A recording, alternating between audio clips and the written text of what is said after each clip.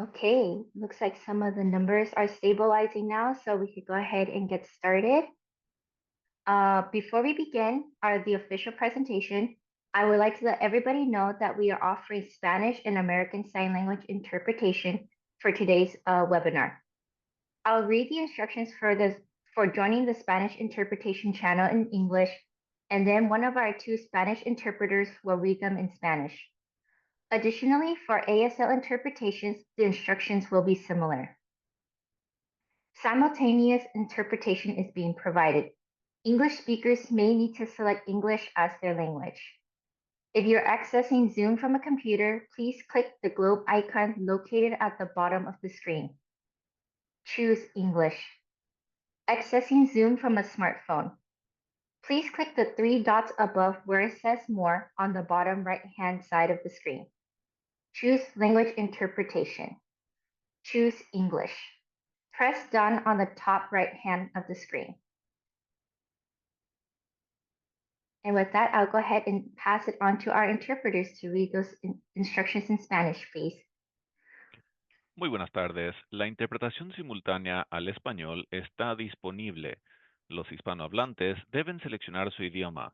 Si está entrando a Zoom por computadora, haga clic en el símbolo del globo terráqueo que aparecerá en la parte inferior de la pantalla de Zoom, seleccionando español y apagando el audio original para solo escuchar una voz a la vez. Si está ingresando a Zoom a través de un teléfono inteligente o una tableta, haga clic en los tres puntos encima de la palabra More o Más en la parte inferior derecha de la pantalla de la aplicación. Seleccione Interpretación y Español y haga clic en Done o Finalizar para finalizar este proceso. El servicio de interpretación comenzará en unos instantes. Thank you. Language and Sign Language interpretation is now available. Go ahead and click on the globe icon to go ahead and get started. I'll give it another minute or so that folks that need interpretations may be able to go to the appropriate channels. Next slide, please.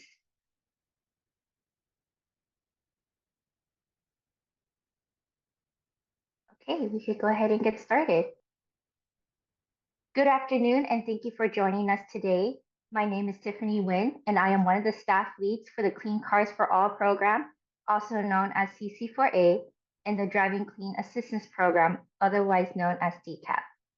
I am joined today by my colleagues and managers to discuss some updates to the CC4A program and to bring a status update on DCAP.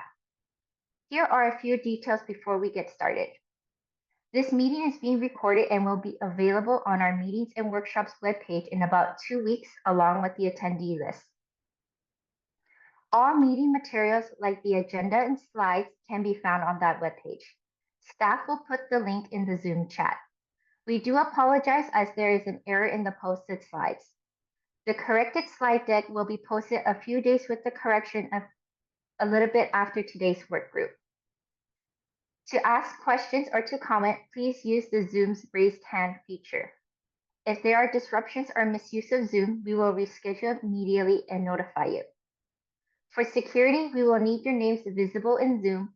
If you have called in, we will identify you by the last 4 digits of your phone number when you raise your hand. Next slide, please. Today, we will be getting started with a quick update to the Driving Clean Assistance Program, also known as DCAP, followed by a District Clean Cars for All and CC4A allocation formula update. We will then break for a quick discussion, followed by the light-duty vehicle eligibility list, and then another discussion and Q&A before rounding out with next steps. And with that, we can go right into the Driving Clean Assistance Program update. As a quick reminder, DCAP will be providing incentives to income-eligible participants that are at or below the 300% federal poverty level, which is currently at $93,600 for a family of 4, and will be updated annually. For consumers with a vehicle to scrap and live in a disadvantaged community as defined as Cal EnviroScreen 4.0, there are several incentive options as follows. A maximum incentive of $12,000 plus a $2,000 charge card can be used towards the purchase or lease of an eligible vehicle. A $7,500 alternative mobility option can be issued, or a $6,500 incentive plus a $2,000 charge card incentive can be used towards an eligible zero-emission motorcycle. This is considered as the Clean Cars for All pathway. For consumers who do not have a vehicle to scrap but will need support in the purchase of a cleaner vehicle, they will be eligible for a vehicle purchase grant of up to $7,500 as well as a $2,000 charge card incentive. For all scenarios, consumers needing an affordable loan will have access to low interest rate loans, currently capped at 8%. Access to these loans and the vehicle purchase grant is considered to be the financing assistance pathway. Next slide, please. So where is DCAP now? As of today, September 10th, DCAP has officially launched for residents currently residing in the Imperial Valley region. The program is accepting applications.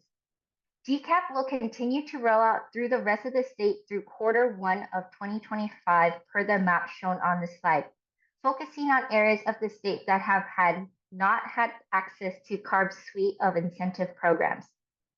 For specific information as to which regions are next and their associated live application dates, please refer to the information that was presented during the May 16th work group, and one of my colleagues will drop that into the chat. Please keep in mind the following. DCAP is currently only available for individuals residing in the Imperial Valley region. Please only apply if you are a resident of Imperial Valley. If you were to apply and are not an Imperial Valley resident, your application will not be saved and you will need to reapply once your respective region opens up.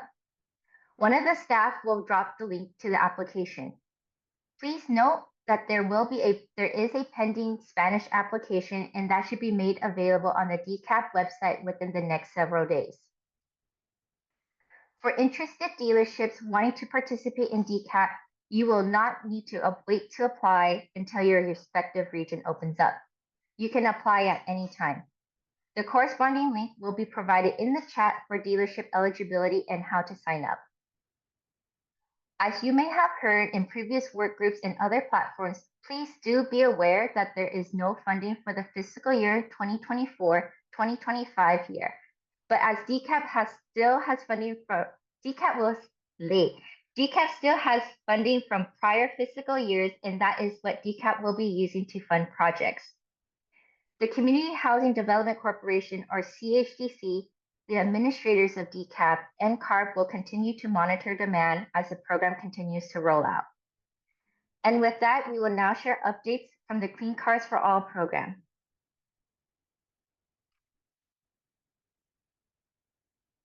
The South Coast Air Quality Management District, the San Diego Air Pollution Control District, the Bay Area Air Quality Management District, and Sacramento Metropolitan Air Pollution Control District's CC4A programs are open and accepting applications. San Joaquin Air Pollution Control District's program is currently closed, but has since received a grant amendment for additional funding, and upon execution, will be reopening the program. Current applications in the queue are being processed and funded using remaining project funding available.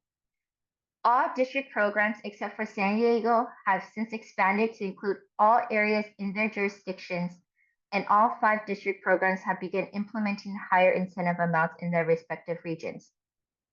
And with that, I'll go ahead and turn it on over to my colleague Olivia Lane to provide an update to the CC4A allocation formula. Hi, everyone. So CARB is proposing an updated funding allocation formula in the proposed funding plan that will be presented to the board in November of this year. This formula will assist with future funding allocations when we do have additional budget appropriations to Clean Cars for All. So as a reminder, no funding was allocated to the program this fiscal year. So the proposed formula would be for future years when additional funds are allocated. We consider several metrics and principles when allocating these funds. And consistent with prior years, the guiding principles for the new formula will continue to focus on the following. Ensure consistent, predictable funding, use data-based metrics to determine program capacity and predict future growth, account for current and future market conditions, and solicit public input on appropriate metrics and methodology. Next slide. Thank you. So last year in fiscal year 23-24, the total allocation for Clean Cars for All was split evenly between the 5 implementing air districts and the statewide DCAP program. So 28 million was the total allocation, and 14 million of that went to the district programs. For the half that went to the districts, a formula was used to further split up that funding. Each district received 10% of that 50% of the funding for the district allocation as a baseline. When the 3 districts that had achieved 1,000 projects in a 12-month period received another 10% of the district allocation. The remaining 20% was split amongst those same 3 districts based on the average share of the following populations.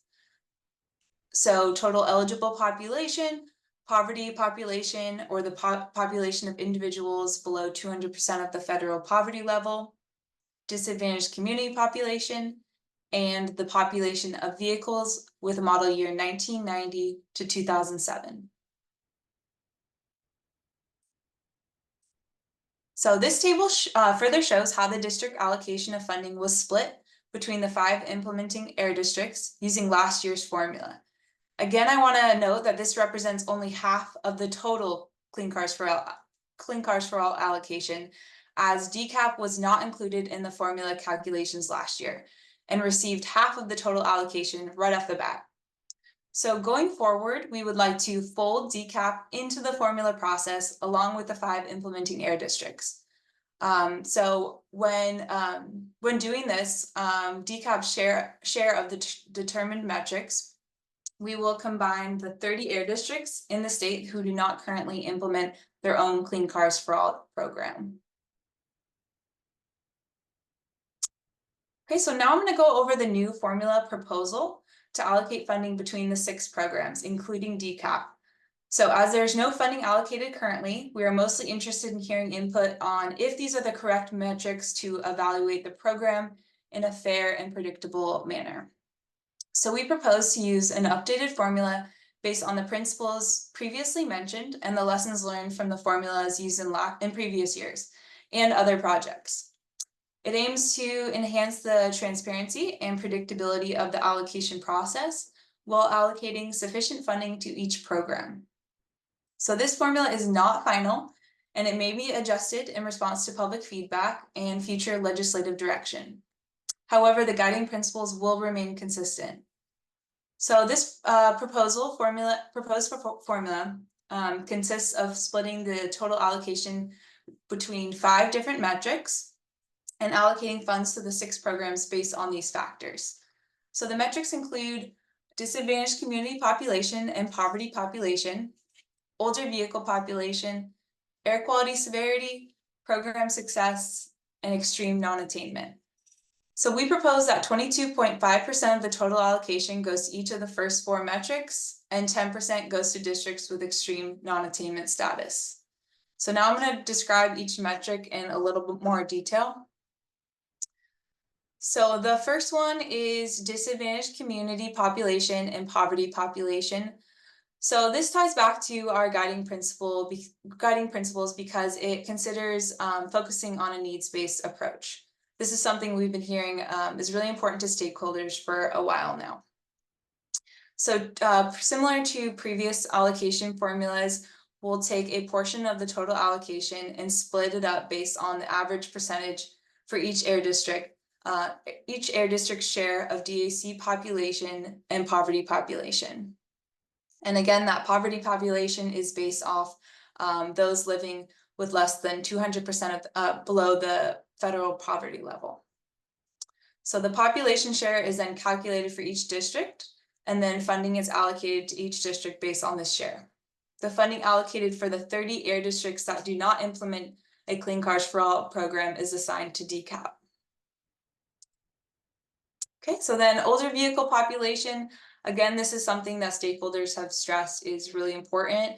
And we want to prioritize areas of the state that have lots of old vehicles driving on the roads. So a portion of the total allocation would be split based on the percentage of each air district's share of older vehicle population. This would be model year 1990 to 2007. The cutoff was 1990 because we want to focus in on those functional vehicles that are contributing to poor air quality. Again, the funding allocated to the 30 air districts that do not have a CC4A program would be combined and assigned to DCAP. Okay, so then we have a metric on air quality. So a portion of the total allocation would be split based on the share of ozone and diesel particulate matter, or PM 2.5, classification scores for each air district. So this metric is based off established data and statutory guidance that has been used in other programs such as CARB and Moyer. How it works is each district gets a score 1 through 7 for ozone and 0 or 1 for PM 2.5. The funding allocation for this metric is then divvied up based on the share of ozone and PM 2.5 classification points for each air district. Again, the funding allocated to each of the 30 air districts that do not have an established Clean Cars for All program is assigned to DCAP. Okay, and then this metric is called program success. This one's calculated based on the successful rollout of funds and how successfully a program funds projects in DACs, or disadvantaged communities. The funding allocation is then divvied up based on the average of these two factors for each program. For extreme non-attainment, a percentage of the total annual allocation would be split evenly based on if a district is determined to be extreme non-attainment. This is areas of the state that do not meet the national ambient air quality standard. This metric aims to acknowledge that the special challenges extreme non-attainment areas face and ensure funding is focused towards these areas of poor air quality. Okay, so before I get into the slide, I just want to point out that there was a slide shared that had an error. So unfortunately, you might have a slide deck out there that had switched the column headers for program success and air quality severity. So if you are looking at one of those, just know that for the program success column, DCAP should have 0% because it has not launched, or it's launching just today. So just know that that's out there. We're sorry about that error. We're going to be putting up a new slide deck with that fix. It just takes some time with ADA remediation. So this table shows how the funding might be split based on the split between the 6 programs using the new proposed formula. Again, this is all hypothetical at this point because there's no funds allocated at this time. When we do receive an allocation for the program, data input will need to be updated and percentages will change. So I know this is all a bit complicated and there's a lot of data and separate calculations and tables that went into this. So just know that this is just a summary of those calculations. You might also notice that totals don't add up perfectly. This just comes from rounding to whole numbers several times. So this is just to give you an idea of what that breakdown could look like. Also note that the funding allocations for DCAP will pertain only to the Clean Cars for All portion of the program and does not affect any allocations to the financing assistance portion of that program. So looking at the table, just to lay out kind of what this looks like compared to last year. So for last year, South Coast AQMD received about 16% of the total Clean Cars for allocation. Under this new formula, they would receive 33%. San Joaquin received 12% last year. Under this new formula, they would receive 22%. Bay Area received about 12% as well last year. Under this new formula, they would receive 10. Sacramento received 5% last year, and they would receive 5% again under this new allocation formula. And then San Diego, 5% last year, 8% with this proposed formula. DCAP received 50% last year and the year before Under this formula, it would receive 22% of the total allocation. So we'll come back to this slide in a couple minutes for you to look at, and we're going to open up for questions and comments on what has been presented so far. But I just want to point out that this is not the last opportunity to give input or suggest changes. We are hoping to work with all of you guys and stakeholders ahead of the board meeting. So we're open to receiving written comments, and if you want to have a separate meeting, we can do that as well. So just know that as you're asking your questions and giving your feedback today. So thank you very much. I will hand it over to Nick, I believe. Thanks, Olivia. Hello, everyone. My name is Nick Neverch, and I'll be helping facilitate the comments and questions this afternoon. We'll open up the floor for everyone to ask questions about anything covered so far in the presentation today. So if you'd like to make a comment or ask a question, please use the Zoom meeting feature to raise your hand. And for those using Zoom online, please click on the raise hand option on the Zoom navigation bar under the Participants tab. For those using Zoom on a mobile application, please click the raise hand option in the More tab. For those participating by phone, please be sure to press #2 and we'll call on you accordingly. You can also email us a question, so please send that to our Clean Transportation Incentives at arb.ca.gov inbox. That's Clean Transportation Incentives at arb.ca.gov, which is shown on the slide. Staff will also drop the email in the chat for everyone. Please include your name and affiliation along with your question in your email, as well as when you ask your question in Zoom. My colleague Maggie Mitt will monitor the email box and let us know when the questions are sent in, and she'll read those out loud for everyone. So we can go ahead and get started. Remember to state your name and affiliation. So I'll start with the raised hands on Zoom. The first I'm seeing is from Anthony Fournier. So I will unmute on this end. So please unmute yourself, Anthony, and ask your question, please. Thanks, Nick. Can you hear me? We can. All right. Thanks for the presentation, Olivia, and for all the work on the formula. We definitely recognize it's challenging to create a formula that captures core objectives of a program and predicts future demands and performance. So it's a tough challenge to begin with. That said, I think what has been presented seems somewhat incomplete, includes some redundancies, and inaccurately captures funding needs.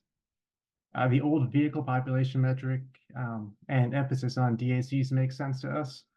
Although I think you may want to consider using the 300% limit that's currently in the program to better reflect the differences in cost of living throughout the state.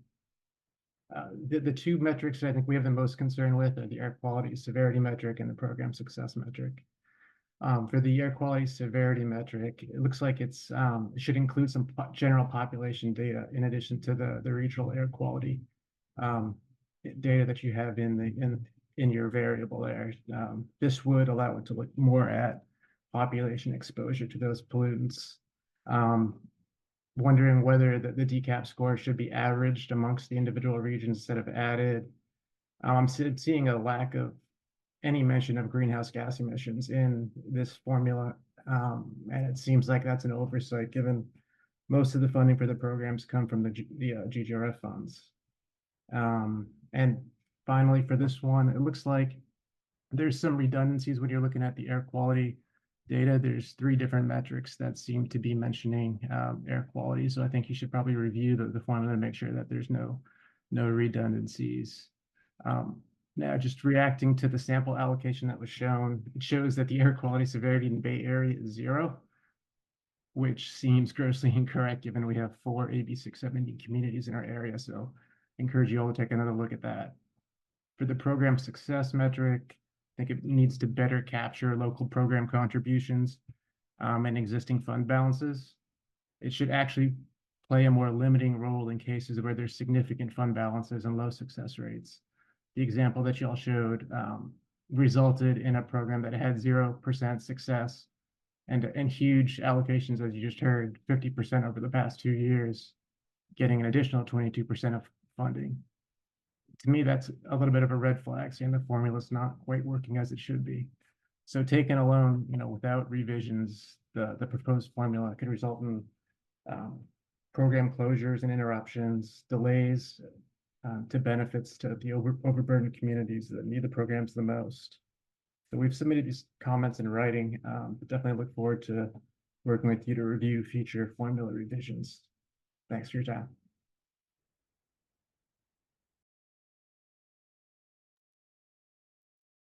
I just want to say thank you for those comments, Anthony, and we do have your everything down in writing, and we look forward to working with you guys as we refine this formula.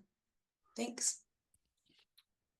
Okay, so I'll go to the next raised hand, if that sounds good. That is Beverly Deschaux. I will unmute your line, and you are free to speak.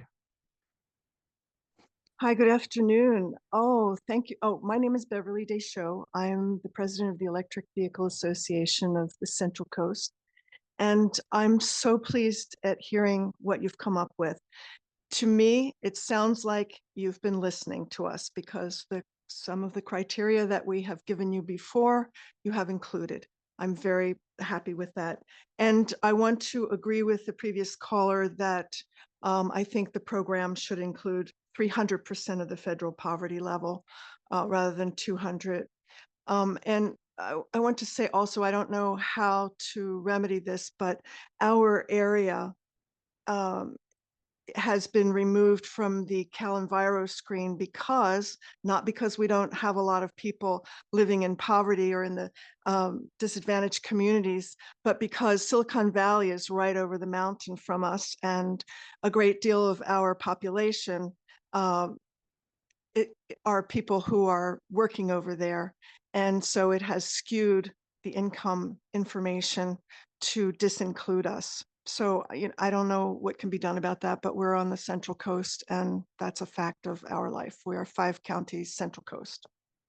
So, but actually it's just Santa Cruz County who's over the mountain from Silicon Valley and having that influence. Probably Monterey County as well. Thank you so much for your work. I appreciate it.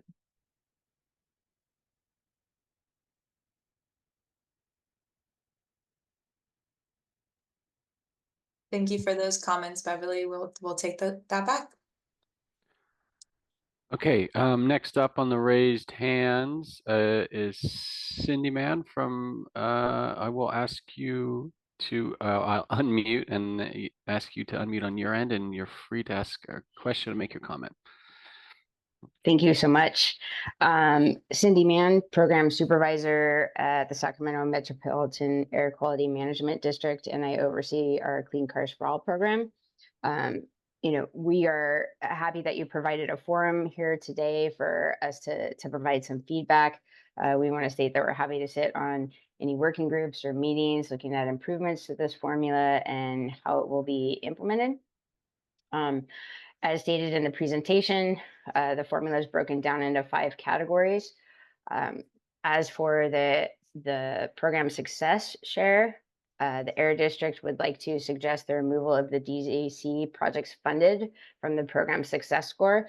The DAC is covered in its own category, and we would like to suggest that maybe a metric for total projects funded and EVSC as possible replacements. But as Anthony said from Bay Area, there are a lot of successes that different programs have, and it's important to include those as well. The Sacramento Metropolitan Air Quality Management District also does not agree with the breakdown of the air quality severity share. This breakdown highly favors the statewide program, as its value is almost 3 times that of the air districts that are in non-attainment. The majority of the counties in the statewide program have a low air quality severity score, indicating less severe air pollution problems. But since the final score is additive, the DCAP comes out on top. This value is highly inflated at 16% compared to the other 5 air districts that range from 0 to 2%.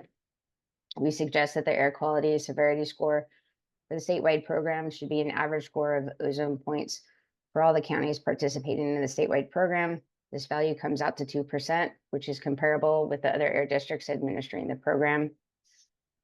The funding formula proposed by CARB is, as stated in the presentation, the goal is to have it work for several years. And the way the formula is currently set up, it will highly favor the statewide program once it is up and running.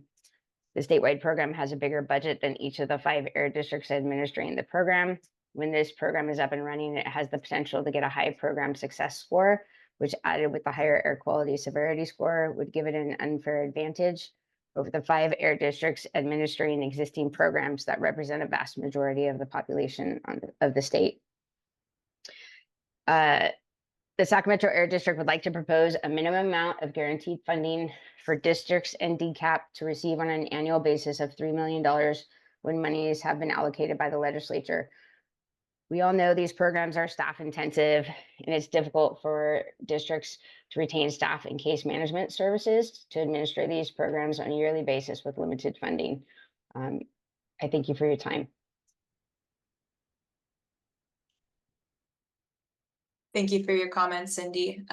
We've noted them all and we'll continue to work with you on this formula. So thank you. Okay, so we see one more hand raised. That's Christopher Chavez. I'm unmuting your line. Great, thank you. This is Chris Chavez, the Coalition for Clean Air. Just a quick question and a general comment. When does CARB anticipate moving forward or finalizing this proposed formula? Is the intent for this to also be included in the clean transportation funding plan that's coming up later this year? Yeah, so we are hoping to have a proposed formula in the proposed funding plan and bring that to the board in November. Understood. Mhm. I think one thing that may need to be considered, considering that there is some disagreement, is potentially decoupling it from the funding plan. I do know this is a very complicated issue, and I appreciate CARB working to develop an equitable solution. And ultimately, what we would certainly encourage is the legislature and the governor to prioritize clean transportation funding in this budget situation. I think that since we are talking about future funding, there is more flexibility on resolving some of these issues. And I think for us, ultimately, our primary interest, our primary what we want to see out of this program is making sure that we are encouraging and incentivizing ZEV adoption in the most impacted communities that otherwise would not be able to access a zero emission vehicle. So I know that there are a lot of complicated issues. I don't necessarily want to get into the specific allocations, since I know that gets into a kind of a district by district sort of discussion. But again, I think for us, our primary concern is always going to be, again, it really reaching those communities that have the greatest barriers to clean transportation, as well as the greatest needs for clean transportation. So thank you. Thanks, Chris. I think we'll take that back. I don't know, does anyone else want to speak to that more? Or I think that's a good recommendation, and we can think about that and see if that's a possibility.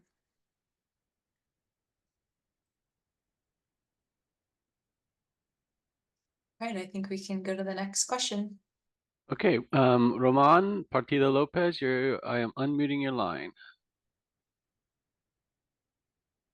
Thank you, Nick. Appreciate that.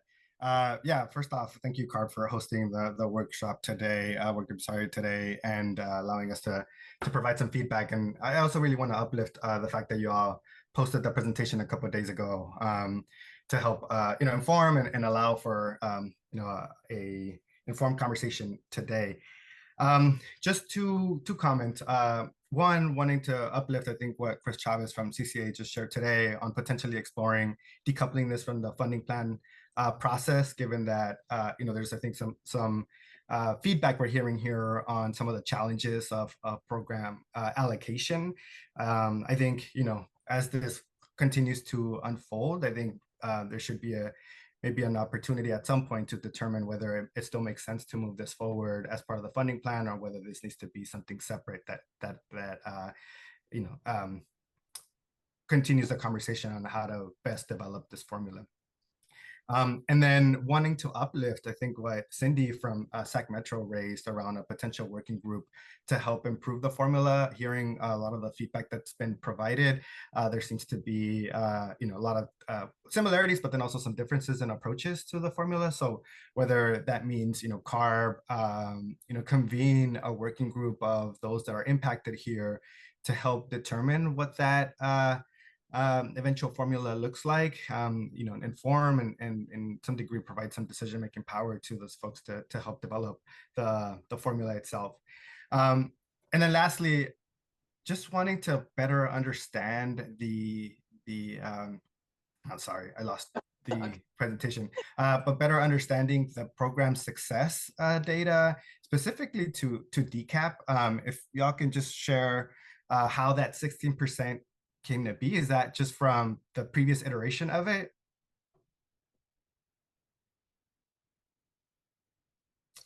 Olivia, I see you, but I'm sorry about that. I think you might be referencing the slides that were posted that had the wrong my bad column. Yeah, so if your version says 16% for DCAP for program success, that's wrong because we're just launching, obviously. So just switch the headers, and so the 16% to DCAP should be for the air quality one. Yeah, sorry about that. That was no worries. I was hoping to post an updated slide deck as soon as possible. It just takes a couple days with ADA. Can we just put up the correct slide so folks can see it too? Yeah. We'll put it back up for a second. And just to really quickly also to kind of speak to the comments of the timing, we have been working on this for a little while with the districts, and while, I know we're getting a lot more feedback today, we do still have some process to go. We are pretty confident that we can get to a point of agreement on this to be able to bring it to the board in November. And so that is our plan at this point, is to continue to move forward in that direction. And if for some reason we end up in a space where that just doesn't look like it, then we'll kind of circle back with folks. But we are really hopeful to have this in place so that as budget conversations begin next year, we have the formula to kind of fall back on to help define where the funding will go for next year.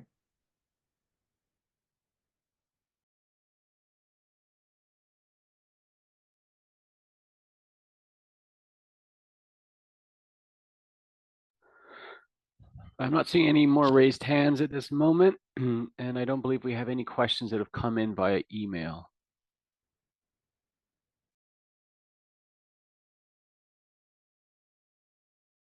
Oh, I see Beverly's hand has come up. I'll unmute your line, Beverly.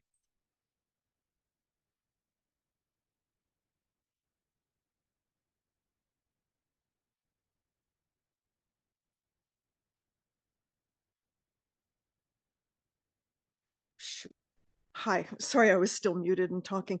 Hi, I want to make sure that I understand something correctly. So you've been working with these five air districts and the DCAP program. Do I understand it correctly that you will be rolling out for the rest of the air districts in the beginning of 2025, the beginning quarter, the first quarter? Is that correct? Hi, Beverly. Yes. So for the other, in terms of program launch for DCAP, we will be rolling out to the different areas up through Q1 of 2025. There is a slot. Excuse me, I meant the Clean Cars for All. Correct. So it will be part of the DCAP well, I wouldn't necessarily say it's part of the DCAP program, but it is an extension. So discussions, we are aiming to get that formula out to the funding plan in November, but then continuing to work with the districts and things like that. Olivia, I see that you came online. I was just going to help clarify for Beverly. So we do have 5 air districts that are currently implementing Clean Cars for All programs. All 4 of them are open for applicants to apply right now. San Joaquin Valley is currently closed to new applications, but they should be opening back up soon once they get some more funding. So we have 5 air districts that are currently accepting applications, and then DCAP is opening for Imperial Valley applications right now. So I think that might clear things up. No, But as actually, far as, excuse me, am I still unmuted? nope, you're good, sorry. Actually, what I'm concerned about is the rest of the air districts. Those 5 air districts you've been working with, or 3 of them at least, you've been working with for a long time. We're not in that.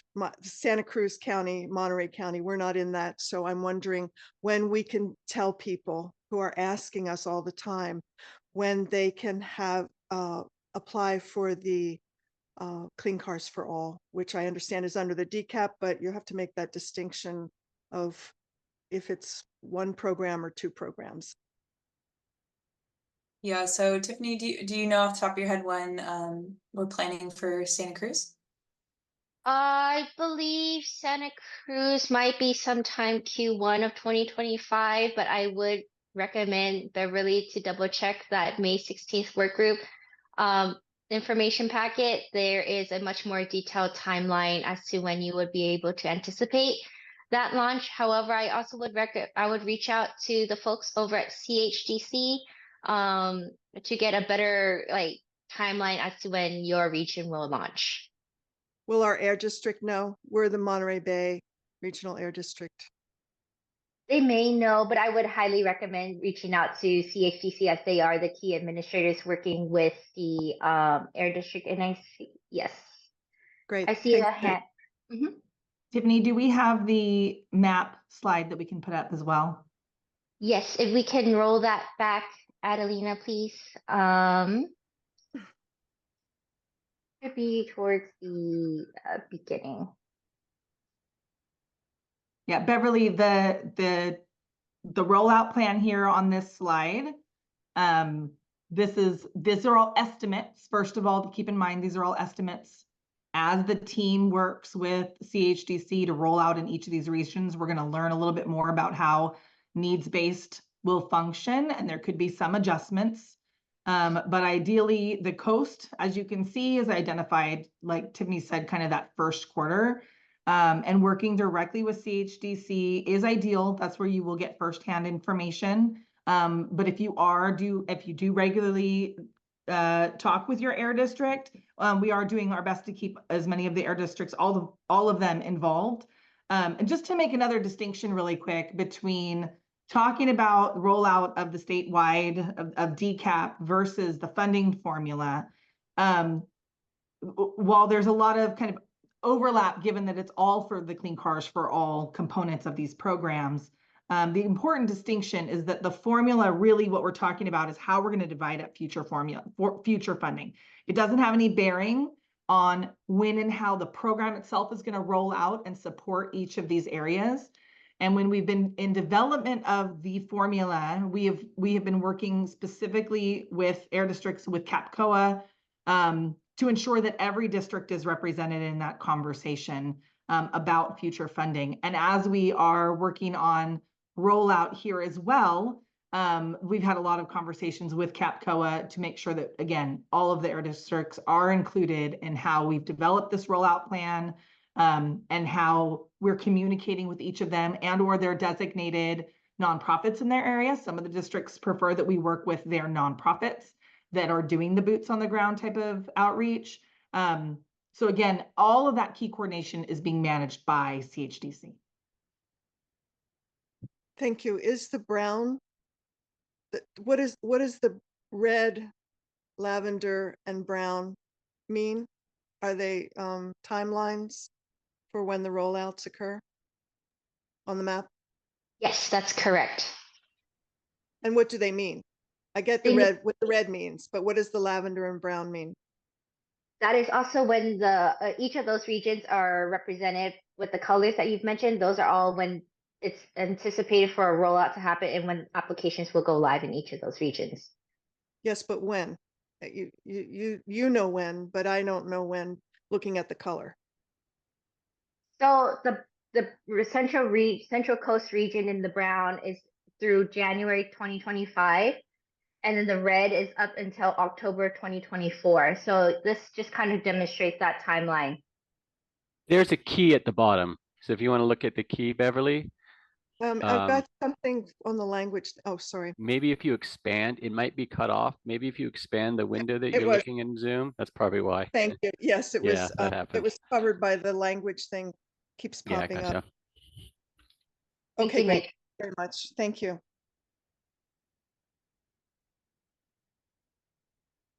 Okay, we have a few more hands raised again. Rich, is it Rich Blaustein? You're, sorry if I mispronounced your last name. I'm going to ask you to unmute on our end, and you're free to ask your question or make a comment. Yes, thank you very much for this very informative webinar. I'm Rich Blaustein. I'm a journalist for Climate Brief. For the slide just shown with the colored map and also for the new formula, do you have any modeling of the parameters for estimates of the vehicles involved that will be incentivized?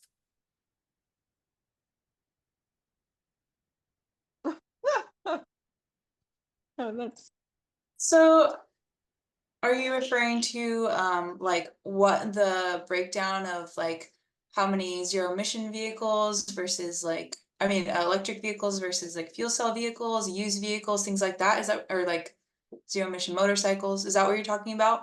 Yeah, or even just an overall figure, especially for the rollout that's occurring up to like 2025. So we do capture that data, and we share that on the Clean Cars for All website. There is a downloadable Excel file that shows all of the projects that are funded each quarter. And it's updated each quarter. So I think that might be what you're interested in looking at, and we can share a link to that as well. Thank you. But as far as the DCAP program that's launching next year, obviously we don't have that data yet, but once it rolls out, we'll start sharing that as well. Thank you.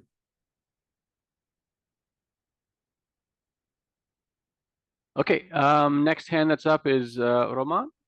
I'm going to unmute on my end. Great. Thanks, Nick. Yeah, just a clarifying question on the comment that Lisa made around this being the future formula funding. So this formula that we're in the process of developing right now will impact then, like, let's say fiscal year 25-26, not necessarily the current one that we're discussing or that we're going through the funding plan process right now.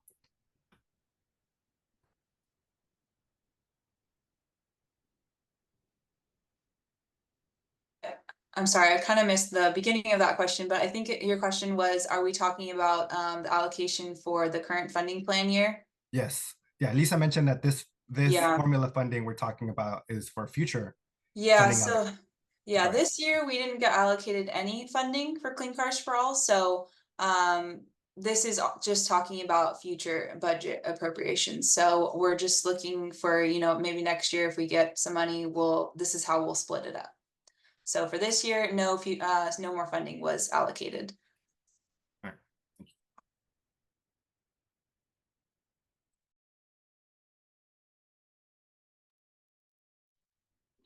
All right.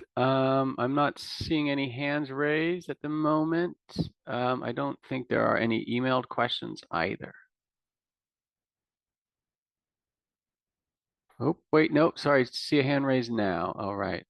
Okay, is it Tyrone Bell? I'm going to unmute on my end. Hi, good morning. Thank you. Beverly, I'm actually with the Monterey Bay Air Resources District. So if you have any questions, you can always shoot us an email. For you guys, I just had a quick thing to point out. I noticed on that map, San Benito County is within our air district, along with Santa Cruz and Monterey counties. But I see that San Benito is coded in the purple to have their rollout in December prior to the January rollout for Monterey and Santa Cruz. I just wanted to point that out because that might create maybe some issues or confusion for our local district here on which county is eligible. That's it. Thank you.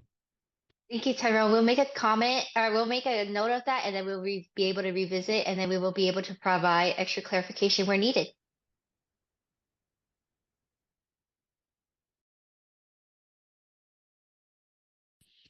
I'm seeing no raised hands.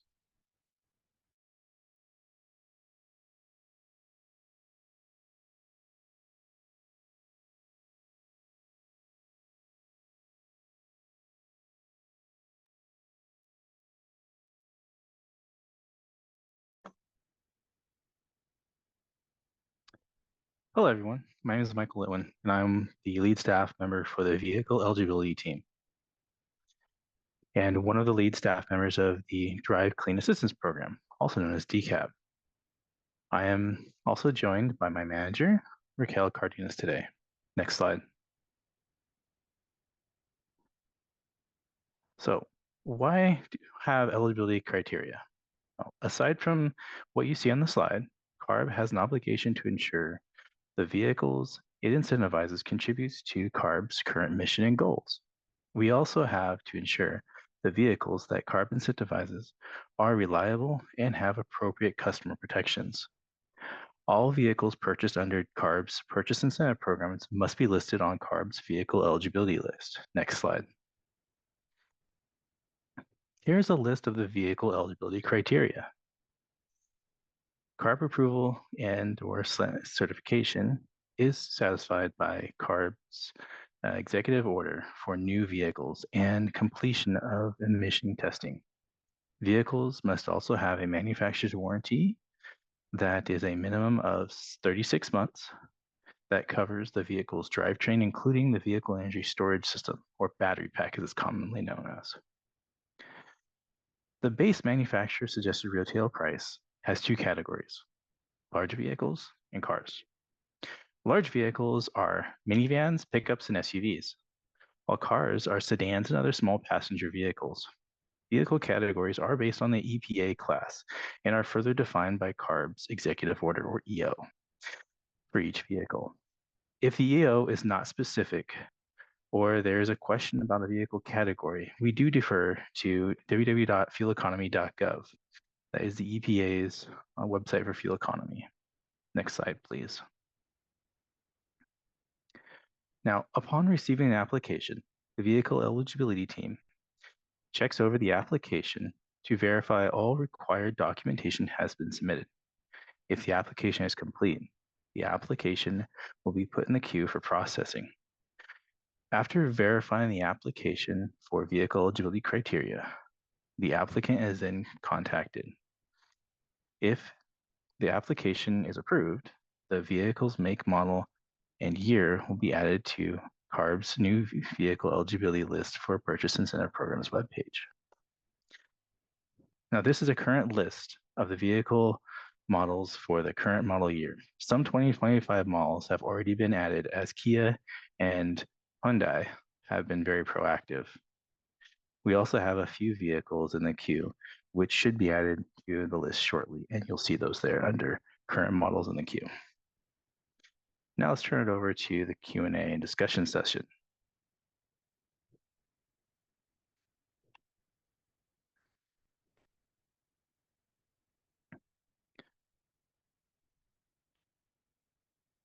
And we will now open the Q&A session. Thank you. All right.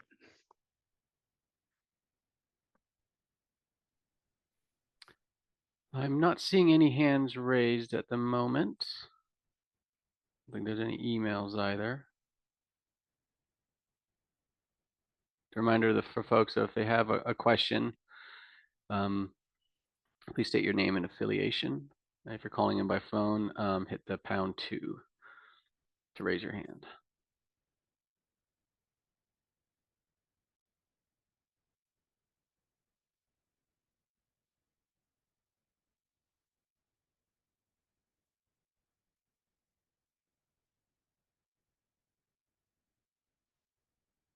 Yep, not seeing any raised hands.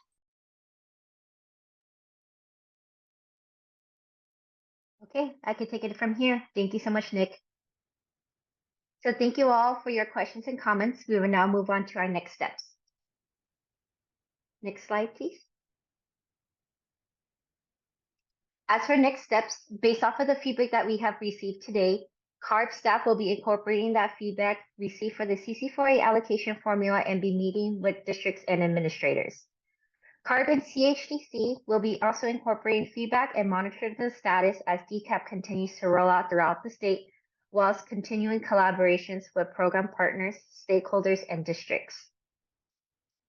Next slide. And with that, you may contact myself, Tiffany Nguyen, or one of the staff members that have presented. I see a hand. If you do not mind, I could go ahead and finish up the slide, Ramon, and then we could go ahead and call on you afterwards. So may contact myself, Tiffany Nguyen, or one of the staff members that have presented today at our email addresses listed above, as well as the team email, cleantransportationincentives@arb.ca.gov. Additionally, you may sign up for DCAP updates for when launch will occur in your region.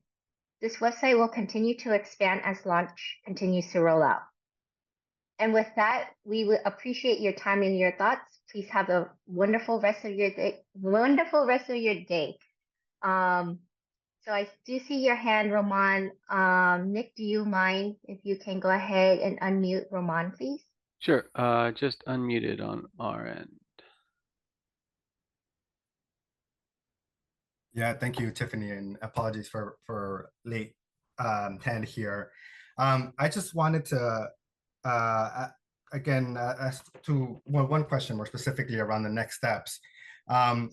From the feedback I heard today, there was conversations around some inconsistency and incomplete data and redundancy. So I'm just curious about how we the stakeholders who might not be part of the conversations that y'all are having with air districts, how that information will be shared out. Like I didn't see in the next steps like another work group to like see what those recommendations and discussions look like between you all and the administrators. So curious if there's a plan for another work group to further unpack all the feedback that's been provided today and additional feedback that y'all get via letters or in the meetings that you're having with the air districts. And then secondly, there was a conversation around a potential work group, right? Well, not a conversation, but a comment on that. Is that something that y'all will explore? Hi, Ramon.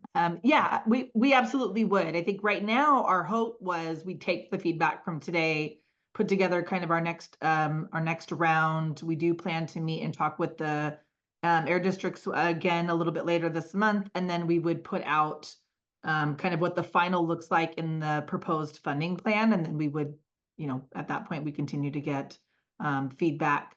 And have it hopefully finalized by the time it goes to the board. So that was our plan. Although if in the discussions, we do continue to get more feedback from what we got today that kind of really changes course for things, we would absolutely have a work group to walk folks through where we ended up and why, or where we're headed and why. Okay. Thank you. Mm-hmm.